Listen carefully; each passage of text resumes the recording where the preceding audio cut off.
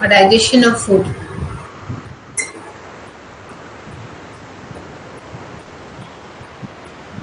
Just wait 2 more minutes.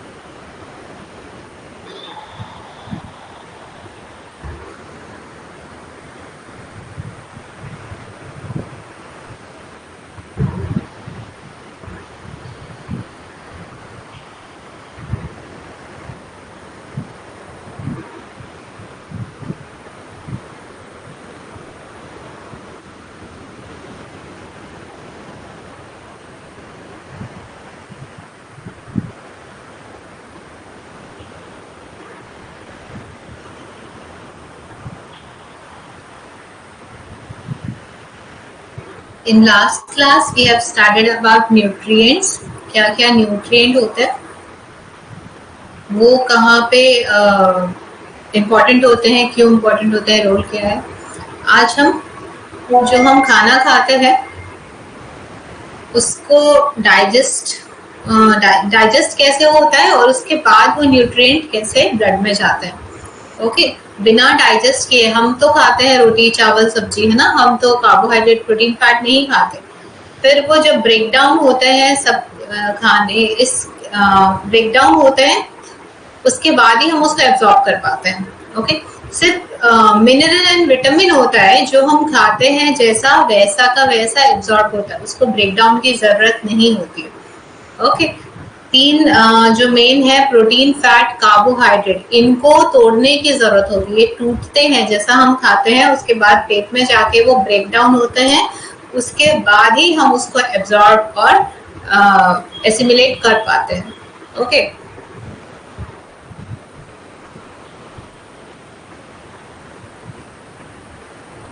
Carbohydrate में एक है ग्लूकोज, जो हम ग्लूकोज पाउडर या ग्लूकॉन डी बोलते हैं ना, वो हम जैसे खाते हैं वैसे ही एब्जॉर्ब होता है, उसको और तोड़ने की जरूरत नहीं होती, क्योंकि वो कार्बोहाइड्रेट ऐसा है जो सिंपलेस्ट फॉर्म है. तो इसीलिए जो स्पोर्ट्स में आप देखते होंगे कि दौड़ते हैं उसके बाद ग्लूकोज पिलाया जाता है कि इमीडिएट एनर्जी मिले. तो कई बार उस टाइम ब्लड में शुगर की क्वांटिटी कम हो जाती है, तो इसलिए खिला रहे होते हैं.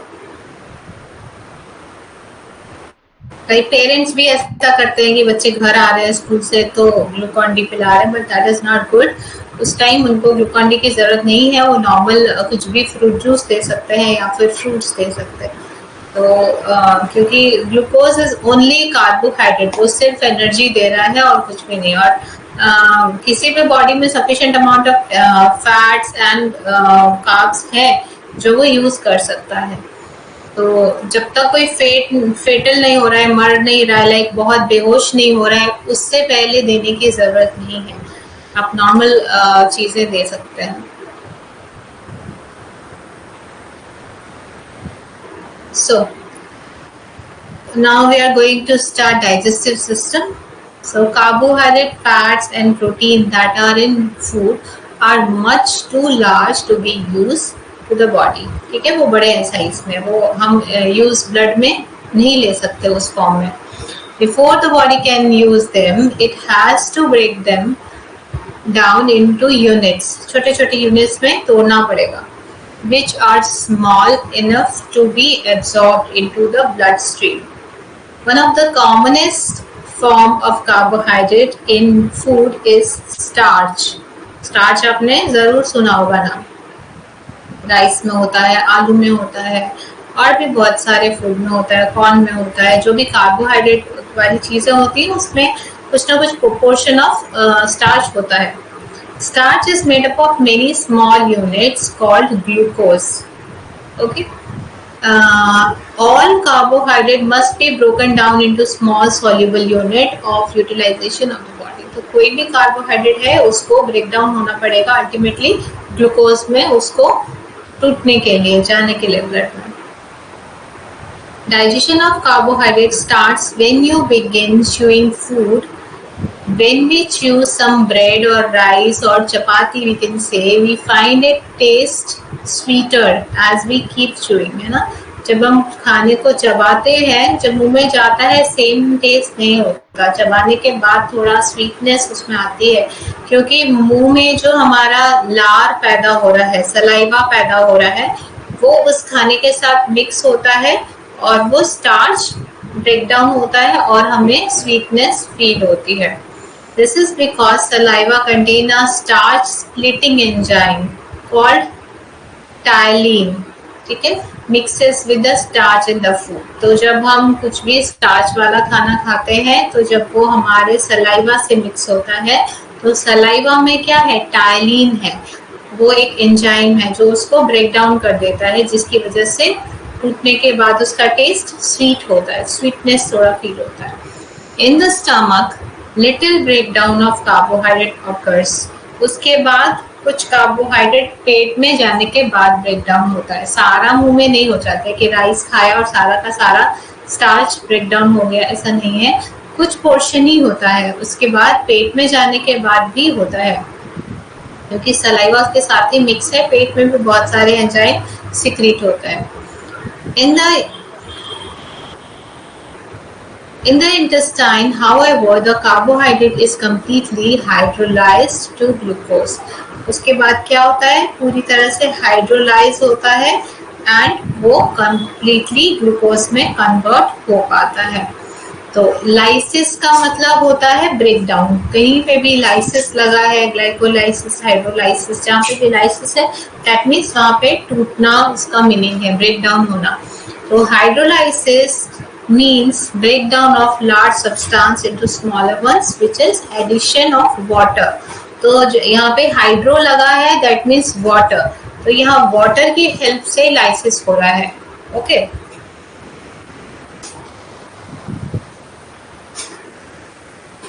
just like starch in the rice must be hydrolyzed, so also the protein in the pulses।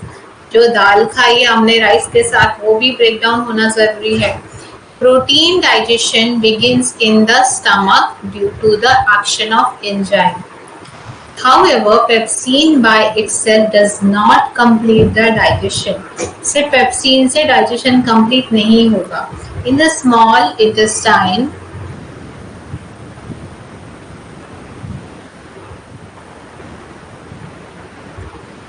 Protein digestion is completed by other enzyme. तो उसके बाद जब स्मॉल इंटेस्टाइन में जाता है वहां पे कंप्लीटली प्रोटीन डाइजेस्ट हो पाता है, मतलब ऐसा कंडीशन में पहुंच जाता है कि उसको एब्जॉर्ब किया जा सके। Which are secreted by the pancreas. Pancreas उसमें सिक्रीट करता है एंजाइम्स। कहाँ पे, स्मॉल इंटेस्टाइन में। स्मॉल इंटेस्टाइन के भी 3 पार्ट होते हैं। तो fat digestion occurs mainly in small intestine.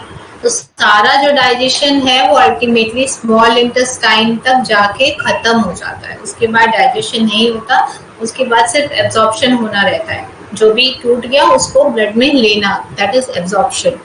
तो स्मॉल इंटेस्टाइन तक डाइजेशन फिनिश हो जाता है, उसके बाद और डाइजेशन नहीं होता।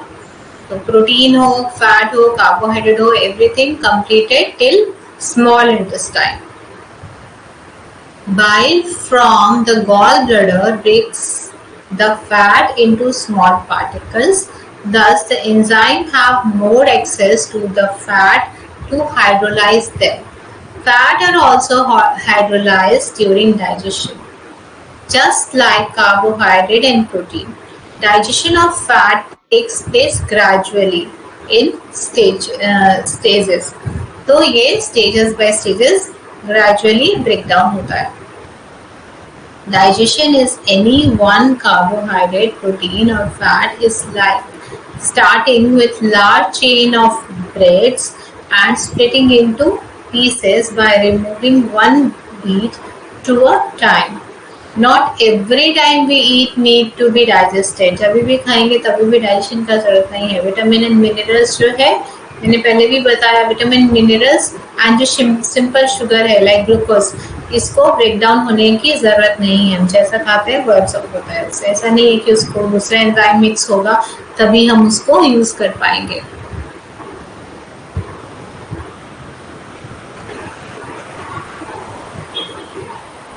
However, many times the minerals and vitamins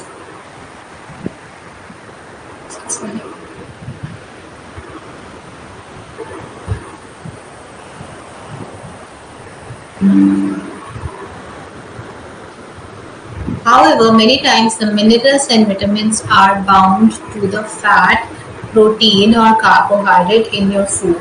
Thus, for these vitamin and minerals to be available for absorption, first they need to be separate from the complex in which these are found in food. जो fat soluble vitamin है उनको fat चाहिए dissolve होने के लिए, तो fat soluble vitamin need to be dissolve in fat in order to be absorb. तो fat soluble कौन कौन से हैं, हमने कल एक बार बोला था, that are A B C को छोड़ के सारे हैं। तो ए हो गया, डी हो गया, आपका ई हो गया, these are fat soluble vitamins. Therefore, water is essential for absorption of most nutrients. Enzymes speed up hydrolysis just like a mixer hastens the grinding of food.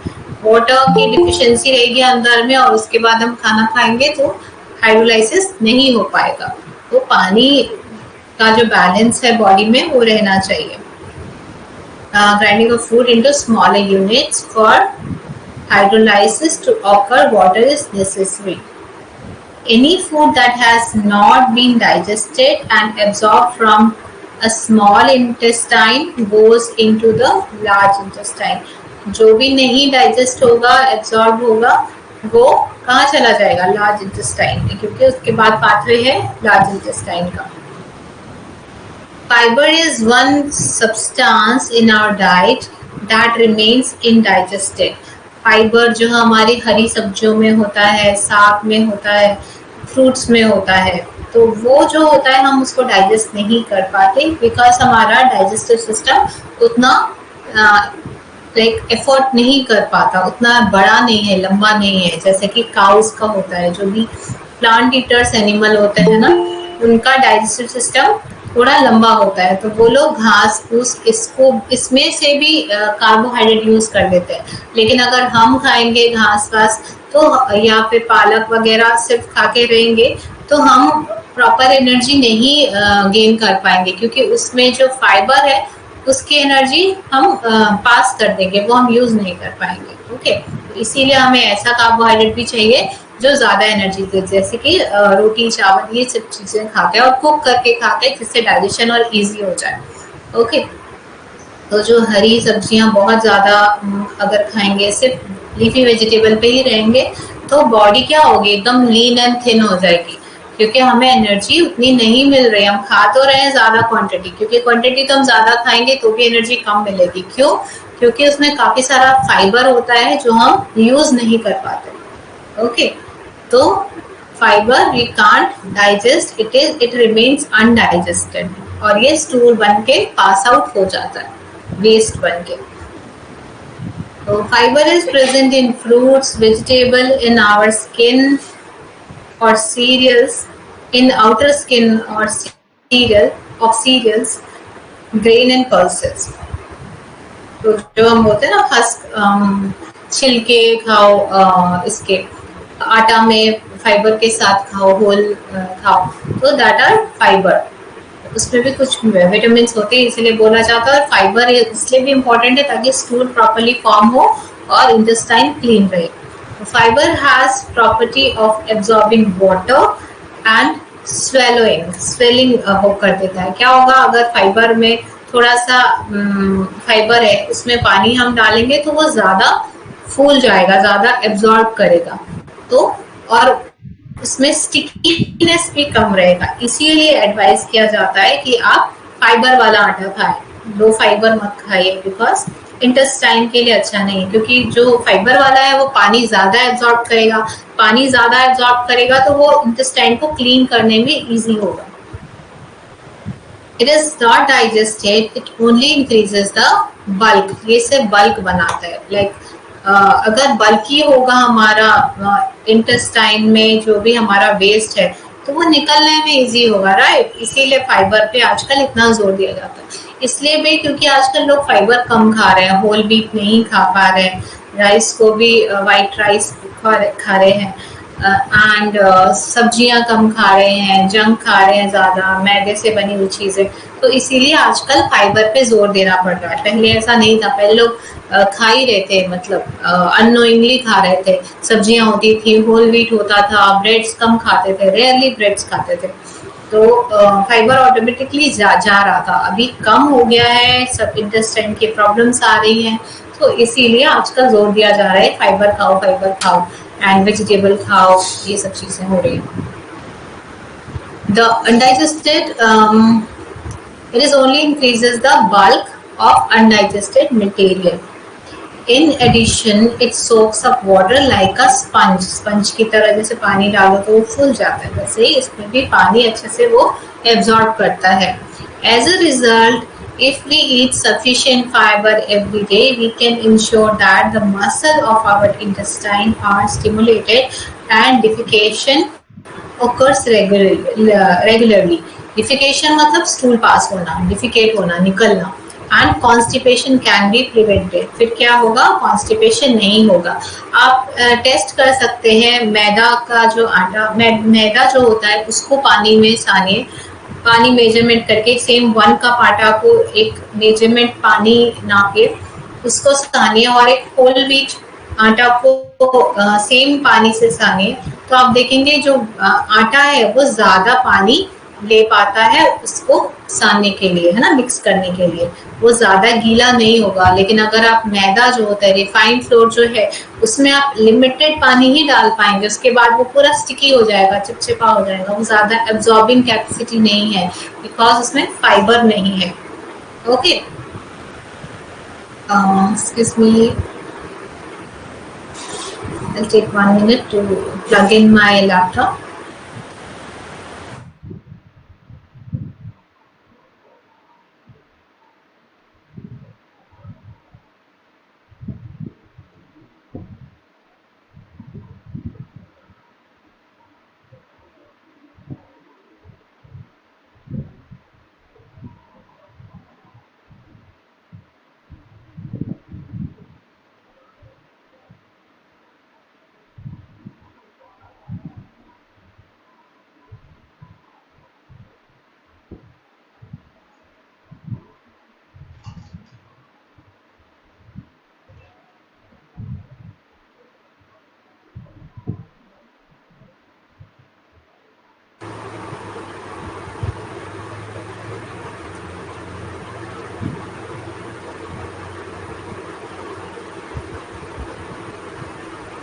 So fibre prevents constipation. तो जहाँ पे भी constipation है वहाँ पे fibre increase करना है। तो फाइबर कैसे इंक्रीज होगा,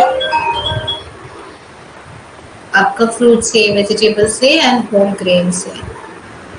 In the large intestine, no new enzymes are produced and therefore no further digestion takes place. Large intestine में कोई भी एंजाइम रिलीज नहीं होता है डाइजेशन के लिए, सिर्फ वहाँ पे पासेज होता है और कुछ भी नहीं होता, एंड वाटर ही एब्जॉर्ब होता है, are produced and therefore no further digestion takes place. Breakdown कुछ भी नहीं होता है वहाँ पे। The main task of large intestine is to remove excess water from the undigested material. क्या undigested material? That means stool. वो जो पॉटी है वो that is called undigested material, जो डाइजेस्ट नहीं हुआ, जो यूज नहीं हुआ। ठीक है। तो उसमें अगर एक्सेस वाटर होगा तो क्या होगा, बॉडी जो है वो काफी लूज होगी, that is not optimum like उसका कंसिस्टेंसी। तो इसीलिए सिर्फ वहां पे क्या होता है, जो एक्स्ट्रा एक्सेस वाटर है वो ले लिया जाता है वहां से। Remember that most of the breakdown stages in digestion involve hydrolysis and therefore need water. तो क्योंकि बहुत सारा हाइड्रोलाइसिस हुआ है, हर जगह हाइड्रो लगा हुआ है, वाटर लगा हुआ है, तो वाटर तो बहुत होगा उसमें वेस्ट में, तो इसीलिए वाटर वहाँ पे सफिशिएंट अमाउंट में रहता है। A lot of water passes into large intestine. तो large intestine में बहुत सारा पानी होता है। After this water is removed, जब वो रीअब्सॉर्ब हो गया लार्ज इंटेस्टाइन से, क्या होगा, अब जो एक्सेस वाटर है वो वापस जाएगा, क्योंकि ऐसा लिक्विड स्टूल आइडियल नहीं है। तो the indigested material is removed from the body or excreted through the anus. Anus is the end part of digestive system. तो वहाँ से undigested part निकल undigested food निकल जाएगा।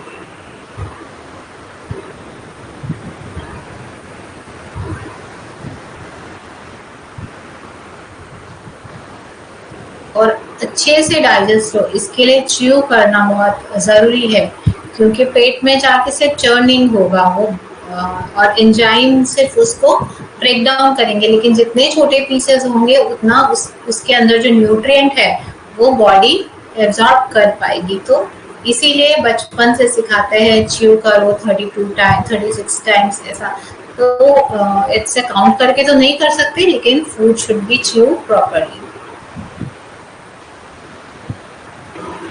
और अगर किसी का डाइजेस्टिव सिस्टम वीक है, डाइजेस्ट नहीं हो पा रही बहुत सारी चीज़ें, लूज मोशन हो रहा है बार बार, तो उस केस में हम कच्ची चीज़ें नहीं देते हैं, लाइक सैलड्स वगैरह नहीं देते, क्योंकि वो डाइजेस्ट नहीं हो पाता। कुक्ड जो चीज़ें होती हैं तो फिर वो थोड़ा सॉफ्ट हो जाती है और इजीली डाइजेस्ट हो पाती, तो उस केस में हम कुक चीज़ें देते हैं। जो एजेड पेशेंट्स हैं, जो बहुत एजेड है, तो उस केस में हम फाइबर तो देते हैं, लेकिन कुक्ड फॉर्म में देते हैं या फिर सॉल्युबल फाइबर देते हैं।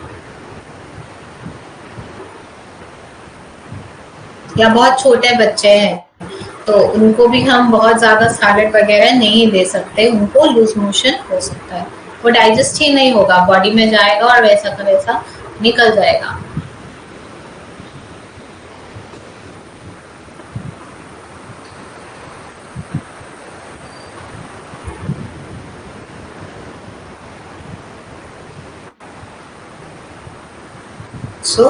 छोटे बच्चों को जिनका डाइजेशन वीक है और बहुत एजेड लोगों को अबव 60 या जो ज़्यादा इनएक्टिव है उनका भी डाइजेशन जल्दी वीक हो जाता है।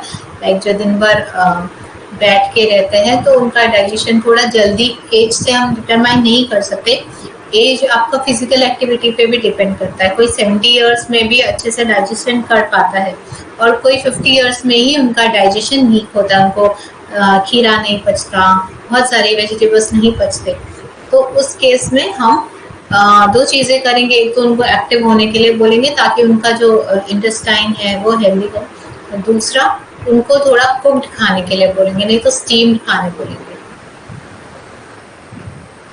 लाइक जो सैलेड्स है उनको थोड़ा स्टीम कर लीजिए, हल्का सा भाप लगा लीजिए, हल्का सा बॉईल कर लीजिए, तो फिर उनको वो डाइजेस्ट हो जाएगा और गैस फॉर्मेशन नहीं होगी।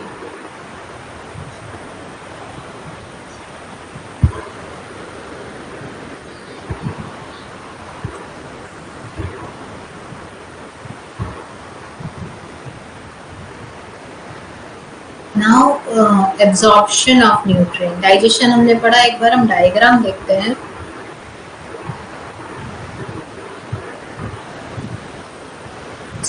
This is digestive system. Okay, हमारा खाना इधर से गया, ओके, यहाँ पे क्या हुआ, टीथ की हेल्प से हमने उसको ब्रेक किया, छोटे पीसेस में किया। हमने खाया इतना बड़ा रोटी का टुकड़ा, उसको हमने छोटे पीसेस में किया, ठीक है।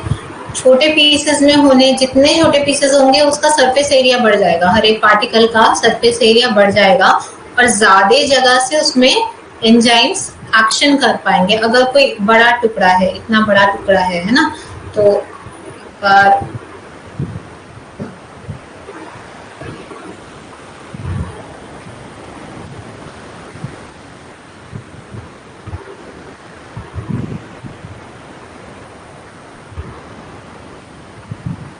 कोई इतना बड़ा पीस है, ओके, और कोई इसी पीस को हमने छोटे छोटे पार्टिकल्स में कर दिया है ना, छू करके मान लीजिए।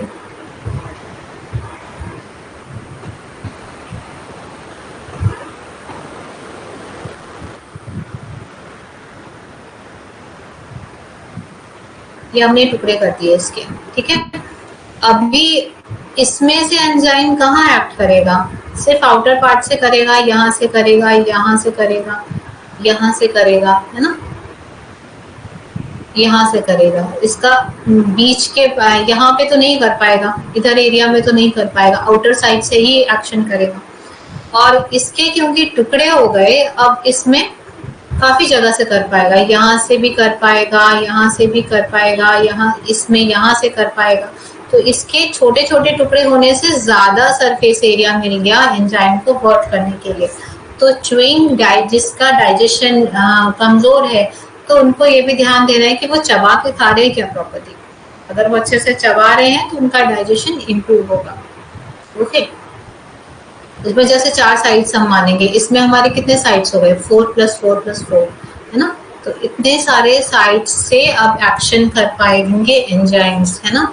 तो ज्यादा एरिया मिल गया एंजाइम्स को काम करने के लिए, और वो ज्यादा इजीली ब्रेक डाउन होगा और ज्यादा न्यूट्रिशन इसमें से हम यूज कर पाएंगे। तो दैट इज मोर इम्पोर्टेंट कि हम च्यू कैसे कर रहे हैं। च्यू जितना ज्यादा करेंगे, फिर सलाइवा भी उतना ज्यादा मिक्स होगा। इसमें ज्यादा सलाइवा मिक्स हो पाएगा और इसमें कम मिक्स हो पाएगा, है ना। तो छोटे पीसेस में सलाइवा अच्छे से मिक्स होगा। यहाँ से हमने च्यू किया, उसके बाद ये गया यहाँ से यहाँ, ये है इसोफेगस, ये वाला आगे वाला। पीछे वाला जो है ये हमारा डाइजेस्ट सिस्टम का पार्ट नहीं है, ये हमारा चला जाता है लंग्स में। ये वाला पीछे वाला, ये दोनों साइड जा रहा है, इधर लंग्स में चला जाएगा। ये डाइजेशन का पार्ट नहीं है, खाना इधर से जाना चाहिए आगे से। यहाँ पे एक स्टॉपर होता है जो जब हम जिंदा मतलब जगे हुए रहते हैं तो ये काम करता है, और ये खाना यहीं से जाता है, इधर की ओर नहीं जाने देता, है ना। जो पेशेंट्स कोमा में होते हैं, या फिर जो पेशेंट कई बार सोने में भी ऐसा रहता है, ये जिनका दिमाग उतना कॉन्शियस नहीं है, जो क्या बोलते हैं लकवा मार देना, ऐसी चीजें होती है ना, तो उनका ब्रेन प्रॉपर्ली फंक्शन नहीं करता। तो कई बार उनको खाना खिलाने से खाना इधर चला जाता है लंग्स में, यहाँ से जाके लंग्स में। तो दीज आर वेरी डेंजरस। और सोए में कई बार खिला देते हैं, तो उस केस में भी खाना इधर जा सकता है। तो इसीलिए छोटे बच्चों को फीड कराते टाइम या खाना खिलाते टाइम थोड़ा अपराइट रखना चाहिए, सीधा रखना चाहिए, और कोशिश करना चाहिए बच्चा थोड़ा जगा रहे, या फिर जो भी पेशेंट है वो कॉन्शियस रहे, उसको ही इस तरह से मुंह से खिलाए। वरना जनरली कोमा वाले पेशेंट को मुंह से नहीं खिलाया जाता, वैसे पेशेंट के लिए पाइप लगा दी जाती है जो सीधा यहाँ पे जाके खत्म होती है। पाइप सीधा यहाँ से जाती है यहाँ की ओर, और सीधा यहाँ तक खाना छोड़ती है। इसको बोलते हैं RT feeding, Ryle's tube feeding, या ट्यूब फीडिंग भी बोलते हैं। तो ये वाला रास्ता तक लाके खाना छोड़ता है, ताकि अगर यहाँ छोड़ देंगे तो ये कहीं भी जा सकता है यहाँ से, तो खाना इधर जाना चाहिए। तो हमने फर्स्ट च्यू किया माउथ में खाना, उसके बाद ये गया इसोफेगस में, ये second number, this is mouth, second number है इसोफेगस, आगे वाला पाइप, है ना, ये ऐसे आगे की ओर रहता है। इसोफेगस में गया, देन ये दिख रहा है आपको लिवर ना, ये पीछे की ओर है, आगे में आपका स्टमक है, ठीक है। तो ये जो ऐसा दिख रहा है ट्रायंगल जैसा, ये लिवर है, ये बैक साइड में रहता है, ये स्टमक के ऊपर नहीं रहता है, स्टमक इसके आगे रहता है, ठीक है। तो ये खाना गया स्टमक में, ये ऐसा रहता है थैली के जैसा, बैग के जैसा, ओके। और ये जो आपको पीछे में दिख रहा है लीफ जैसा, तो ये स्टमक के बैक साइड में रहता है। अगर आप सामने से बॉडी को ऐसे सेक्शन करेंगे, काटेंगे, तो आपको ये सामने नहीं दिखेगा, आपको ये थोड़ा सा दिखेगा, एंड स्टमक हटाने से वो बैक साइड से दिखेगा, ये पेनक्रियाज। ओके, तो खाना गया स्टमक में, यहाँ पे या इसोफेगस में जब खाना गया, यहाँ पे कुछ भी नहीं होता है, खाना सिर्फ जाता है, कुछ भी एंजाइम नहीं आता, कुछ भी डाइजेशन नहीं होता, कुछ नहीं होता। ये बस एक पाइप है जिससे खाना नीचे की ओर जाता है, बस। तो इसोफेगस से गया खाना, यहाँ पे काफी देर तक रहता है स्टमक में। ओके, स्टमक एक बैग जैसा है, ऐसे करके बैग जैसा है, थैली जैसा, और इसमें खाना काफी देर तक रहता है, 3 से 4 घंटे भी रहता है। और यहाँ पे बहुत सारे सिक्रीशंस होते हैं, डाइजेस्टिव जूसेस निकलते हैं। ओके, HCl है एक जूस का नाम। तो यहाँ से इसकी वॉल से जूसेस निकलते हैं और खाने में मिलते हैं। ओके, फिर खाना डाइजेस्ट होता है और यहाँ पे जाने के बाद खाना पूरी तरह से एसिडिक हो जाता है। ठीक है, एसिड बेस आपने सुना होगा, एसिड होना, बेस होना, या एसिड हो गया बोलते हैं ना। तो जब एसिड हो गया बोलते हैं, दैट मीन्स बहुत ज्यादा एसिड रिलीज हो रहा है, HCl रिलीज हो रहा है। HCl रिलीज होना इज नॉर्मल, सबका होता है और होना भी चाहिए, नहीं तो खाना पचेगा नहीं। ओके,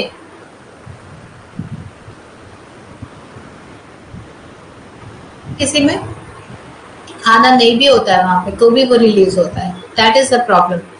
तब बोलते हैं एसिड हो गया, एसिड हो गया। ठीक है, तो ये एसिडिटी हो गई, नॉर्मल टर्म एसिडिटी है, जनरली लोग उसको एसिड हो गया, एसिड होता है। ठीक है, तो खाना होने से तब रिलीज हो तो बेटर है, खाने में वो एसिड मिक्स होगा, नहीं तो वो बाहर की ओर खट्टी ढकारे जो बोलते हैं ना, बर्पिंग, वो आएगी एंड वो खराब फीलिंग आएगी। एंड कभी भी आपने कभी उल्टी अगर की होगी, वॉमिटिंग, तो आपने फील किया होगा वो काफी खट्टी होती है और गले में काफी लगती है ना, क्योंकि उसमें HCl मिक्स हो गया होता है, तो इसीलिए वो काफी खट्टी और गले में ऐसा लगता है कई बार ज्यादा, जिसको वॉमिटिंग होने लगी तो या गला छिल गया, बिकॉज वो एसिड की वजह से है। और बहुत ज्यादा छिलेगा अगर हम यहाँ पे उसी उल्टी को अगर हम कहीं और डायरेक्टली स्किन में लगेगा तो, लेकिन अंदर में क्या है, एक लेयरिंग है म्यूकस की, लार जैसी, तो वो प्रोटेक्ट करके रखती है, इसकी वजह से ये सब जलता नहीं, क्योंकि यहाँ पे बहुत एसिड रिलीज हो रहा है पेट में, एक म्यूकस लेयर की वजह से ये खराब नहीं होता। खाना यहाँ पे क्या होता है, ऐसे स्टमक ऐसे ऐसे चर्निंग होता है। ठीक है, खाना जब गया 3-4 घंटे तक रहता है वहीं पे, और वहां पे मिक्स होता है, अच्छे से चर्निंग होता है, ऐसे छोटा बड़ा इस तरह से होता है। इस प्रोसेस को बोलते हैं चर्निंग। और ये ऐसा मिक्स होने को की वजह से क्या होगा, जो भी HCl सिक्रीट हो रहा है वो खाने में अच्छे से मिक्स हो पाएगा। ठीक है, लेकिन अगर आपने चबाया नहीं अच्छे से, तो फिर कितना भी वो अच्छे से चर्निंग हो, वो अच्छे से मिक्स नहीं हो पाएगा। तो च्यू अच्छे से करना है। यहाँ पे खाना गया, HCl सिक्रीट हुआ, खाने के साथ मिक्स हुआ। ओके, देन स्टमक से यहाँ से नीचे की ओर गया, एंड यहाँ तक ही स्टमक है आपका। ओके, कर्सर दिख रहा होगा आपको, यहाँ तक ही स्टमक है।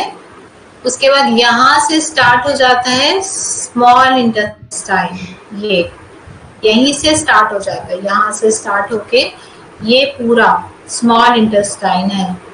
ठीक है, तो ये स्मॉल इंटेस्टाइन का फर्स्ट पार्ट है जिसका नाम है डेओडेनम। ओके, तो यहाँ पे बहुत इंपॉर्टेंट चीजें होती है, अगर ये नहीं होगा तो बहुत सारा बॉडी में डिजीजेस हो जाएंगी।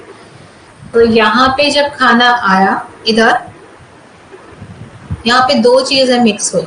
एक तो देखिए आप, लीवर है ना आपका, यहाँ पे देखिए लीवर में से, ये पहले लीवर देखिए, इसके नीचे एक बलून जैसा है, ये this is called gall bladder. Okay, and इसमें से एक डक्ट निकला हुआ है, एक पाइप काइंड ऑफ। ठीक है, ये डक्ट निकला हुआ है। और ये यहाँ पे जाके मिक्स हुआ है पेनक्रिएटिक डक्ट के साथ, दोनों इसका भी डक्ट इसका भी डक्ट, दोनों की पाइप जाके एक हो जाती है आगे चल के। और ये कहाँ पे खुला है? डिओडेनम में, मतलब स्मॉल इंटेस्टाइन में। यहाँ पे जाके ये बाइल जूस निकलेगा। यहाँ पे आपने फैटी खाना खाया बहुत ज्यादा, तो उसके लिए चाहिए ये इसका जूस, बाइल जूस, ठीक है। लीवर ने बनाया बाइल जूस, वो जाके स्टोर रहता है गॉल ब्लैडर में, फिर गॉल ब्लैडर से डक्ट के थ्रू जाता है स्मॉल इंटेस्टाइन में। स्मॉल इंटेस्टाइन के 3 पार्ट है, duodenum, ileum and jejunum. I think इसमें जेजुनम मेंशन नहीं है। ओके, जेजुनम मेंशन नहीं है इसी में, यहाँ पे थर्ड पार्ट को हम जेजुनम बोलेंगे।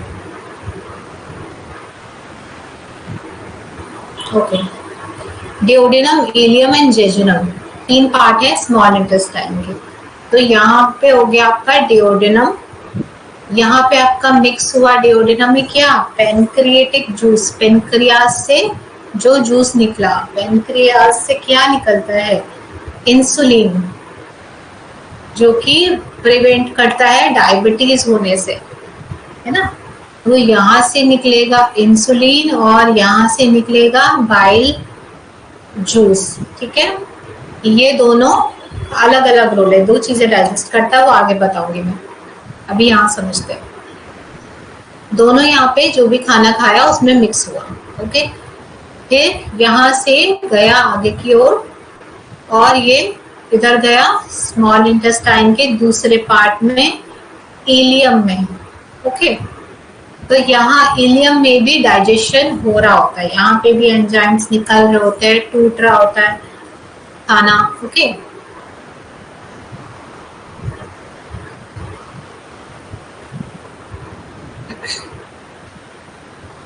तो यहाँ पे आपका इलियम हो गया जहाँ पे भी डाइजेशन चल रहा होता है। उसके बाद गया, उसी में डिवाइडेड होता है, नेक्स्ट पार्ट को हम जेजुनम बोलते हैं। ऐसा फिक्स नहीं है कि आपको कहाँ तक जेजुनम बोलना है, कहाँ तक इलियम बोलना है, नहीं। आपको इसी में आप एक जगह फर्स्ट में ऊपर की लाइनिंग में इलियम बना दीजिए, थोड़ा आगे जेजुनम बना दीजिए, ओके। एंड डिओडेनम हमेशा यहीं पे बनाना है, बाहर वाला जो पहले ही पेट से निकला और नीचे जाती ये जो एरिया है उसके अंदर गया, उसके पहले ही डिओडेनम होगा। ये हो गया इलियम, यहाँ पे भी डाइजेशन होता है और ब्रेकडाउन होता है। उसके बाद आ गया jejunum, last part of small intestine. Small intestine यही तक है, यहाँ तक, ओके।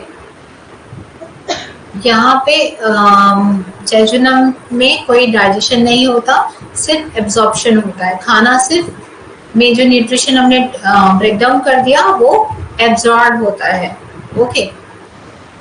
उसके बाद सारा एब्जॉर्प्शन हो चुका है यहाँ तक में, ओके। इसके बाद इधर गया, ये है लार्ज इंटेस्टाइन, मोटा वाला, this part, this is large intestine, okay. And ये जो छोटा सा दिख रहा है ऐसा निकला हुआ अपेंडिक्स है, ठीक है। कई बार क्या होता है, यहाँ पे गया स्टूल ही है जो यहाँ पे, वो क्या हुआ, स्टूल ही बोलेंगे उसको, है ना, पॉटी जो हम बोलते हैं। तो यहाँ पे जो खाना गया, अनडाइजेस्टेड फूड गया, तो वो कई बार यहाँ जाके फंस जाता है, ठीक है, इसके माउथ में जाके फंस जाता है और ये जो है इन्फ्लामेशन हो जाता है, इसमें इन्फेक्शन हो जाता है और ये फूल जाता है। इसी को बोलते हैं अपेंडिसाइटिस। आपने कभी सुना होगा अपेंडिक्स का ऑपरेशन हुआ है, अपेंडिक्स हो गया। अपेंडिक्स सबका ही होता है, ठीक है, लेकिन किसी में, हर किसी में हेल्दी रहता है, किसी किसी में फूल के बड़ा हो जाता है और इतना ज्यादा कई बार फूल जाता है कि फट भी जाता है। फट जाएगा तो इसके अंदर बहुत सारा पस भरा रहता है क्योंकि वो इन्फेक्शियस हो गया, घाव हो गया उसमें, है ना।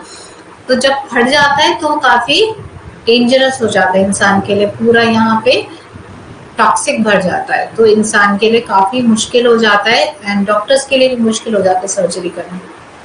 तो अपेंडिक्स, इसीलिए जो स्टूल है ये प्रॉपरली ये सब एरिया क्लीन रहना चाहिए, ठीक है। बहुत ज्यादा देर दिनों तक कॉन्स्टिपेटेड रहना, मैदा ज्यादा खाना, तो ये सब क्या होगा, इन्फेक्शियस हो जाएगा एरिया।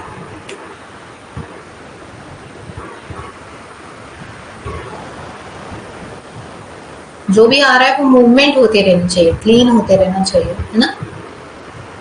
अगर क्लीन नहीं होगा कोई चीज यहाँ पे स्टक होके रह जाएगी, कहीं पे भी, यहाँ पे भी, यहाँ पे भी, यहाँ पे भी अगर स्टक होगी तो वहां पे क्या होगा, घाव जैसा हो जाएगा एक्चुअली, वहां पे सेल्स वहां के मरने लगेंगे, कई बार कैंसरस भी हो जाते हैं, इसी वजह से कैंसर हो जाता है इंटेस्टाइन में। तो ये मूवमेंट होते रहना बहुत जरूरी है। और मूवमेंट कैसे बना रहेगा, पानी की क्वांटिटी सफिशिएंट अमाउंट में लेनी है और फाइबर की क्वांटिटी सफिशिएंट अमाउंट में लेनी है, ओके। एंड रिफाइंड चीजें कम खानी है या फिर नहीं खानी है। तो ये खाना गया इधर, इसके बाद यहाँ पे बहुत सारा लिक्विड ही है, ये जो अनडाइजेस्टेड फूड है काफी लिक्विड ही है, तो यहाँ की वॉल से वापस वाटर एब्जॉर्ब होगा, कहाँ जाएगा, ब्लड में। यहाँ से पूरे से ब्लड स्ट्रीम कनेक्टेड होती है, हर जगह ब्लड स्ट्रीम है, तो वापस चला जाएगा ब्लड में। और यहाँ तक आते आते जो आपका स्टूल है वो सॉलिड हो जाएगा, है ना, फिर वो यहाँ से डिकेट कर सकते हैं। ये रेक्टम है, यहाँ पे स्टोर रहता है, क्योंकि हमारा स्टूल हमेशा फॉर्म हो रहा है, थोड़ा थोड़ा थोड़ा कंटिन्यूअस 7-8 घंटे। ऐसा नहीं है कि हम हमेशा स्टूल पास करते हैं, हमारा ये जाके यहाँ पे स्टोर होता है। उसके बाद जिसका भी जो टाइम है, जनरली मॉर्निंग, हम इंडिया में तो मॉर्निंग टाइम होता है पास करने का, एक मॉर्निंग कॉल होती है, तो मॉर्निंग में हम यहाँ से इसको पास करते हैं। This and part is called anus, तो एनस से वो स्टूल रिमूव होता है। This is all about digestion.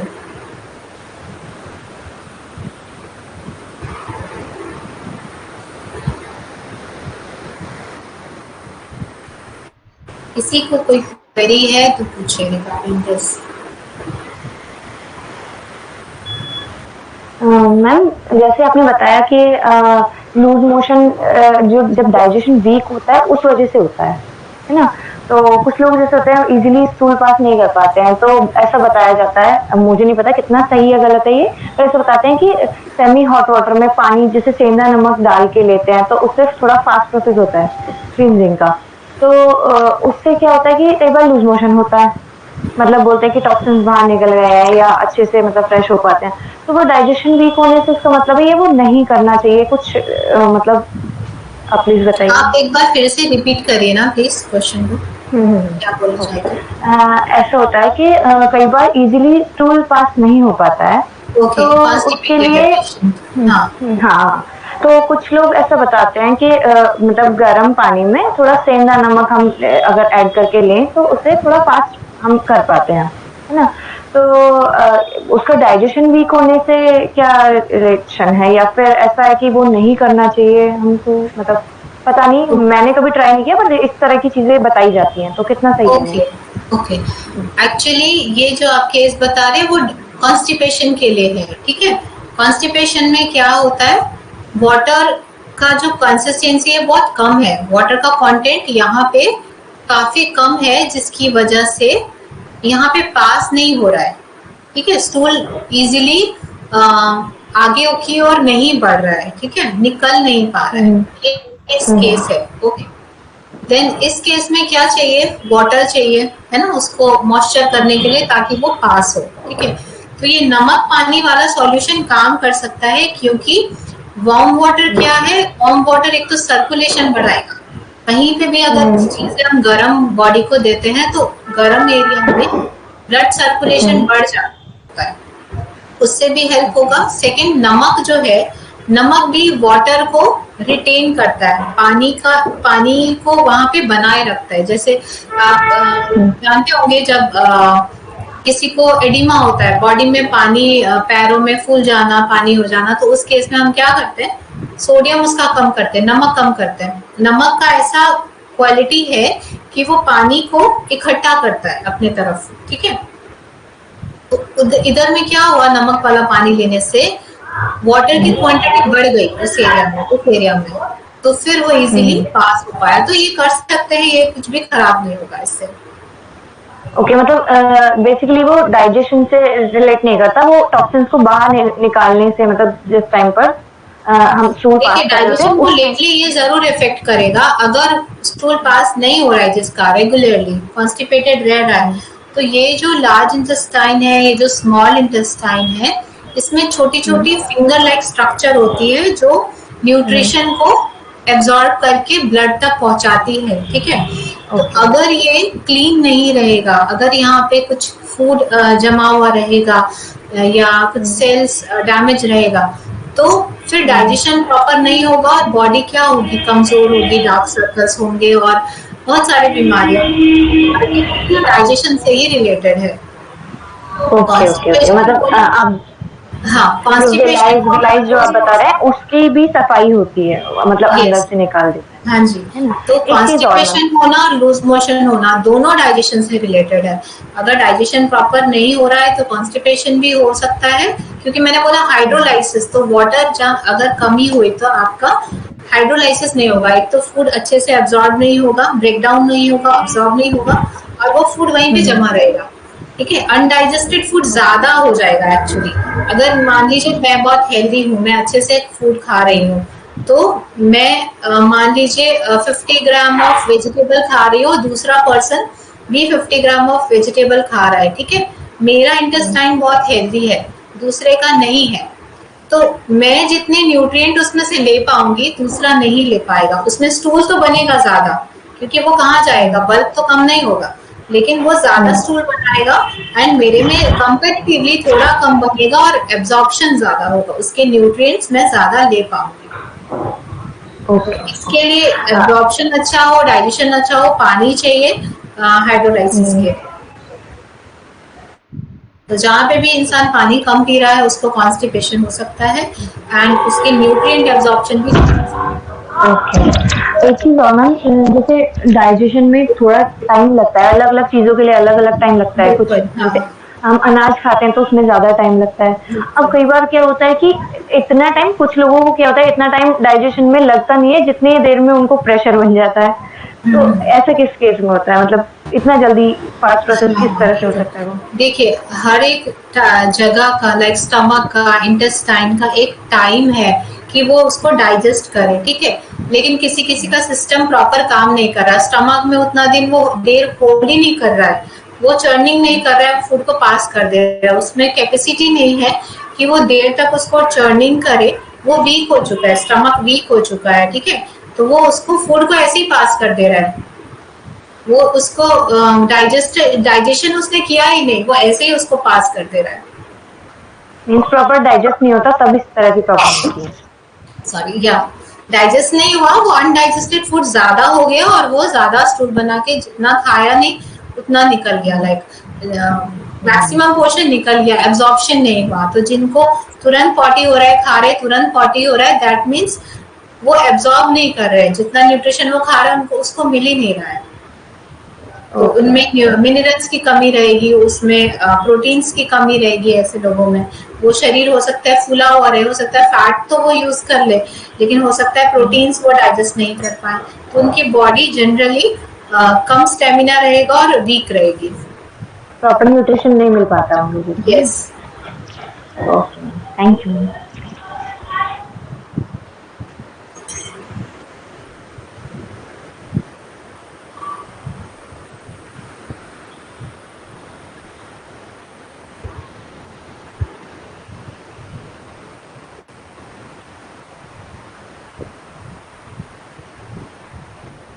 यहाँ पे एक पार्ट ऐड कर लीजिएगा आप लोग, जेजुनम। स्टमक, स्मॉल इंटेस्टाइन के 3 पार्ट होते हैं, duodenum, ileum and jejunum. Jejunum की स्पेलिंग मैं लिख देती हूँ।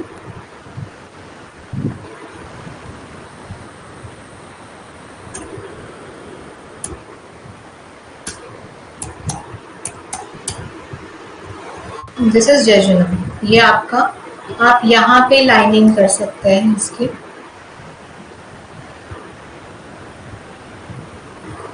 आप यहाँ पे जयजुनम लिख सकते हैं।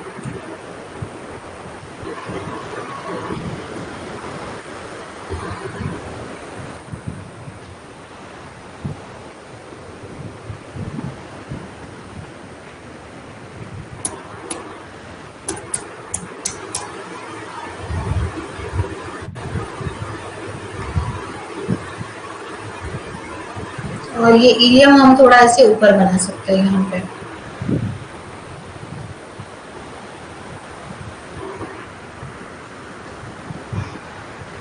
इलियम हम यहाँ पे बनाएंगे। This is ileum, this is jejunum and this is टेओडिनम।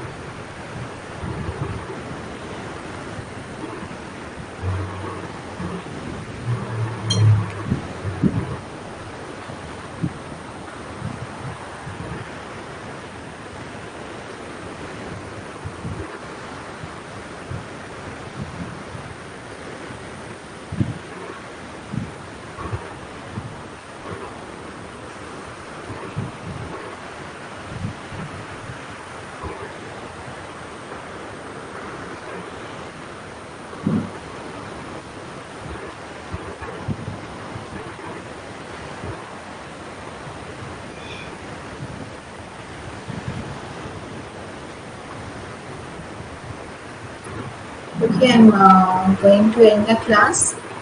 Next class में हम डाइजेशन को ही थोड़ा सा और एक्सप्लेन कर देंगे, कुछ एंजाइम्स वगैरह, एंड उसके बाद हमारा आ रहा है एसिमिलेशन आई थिंक।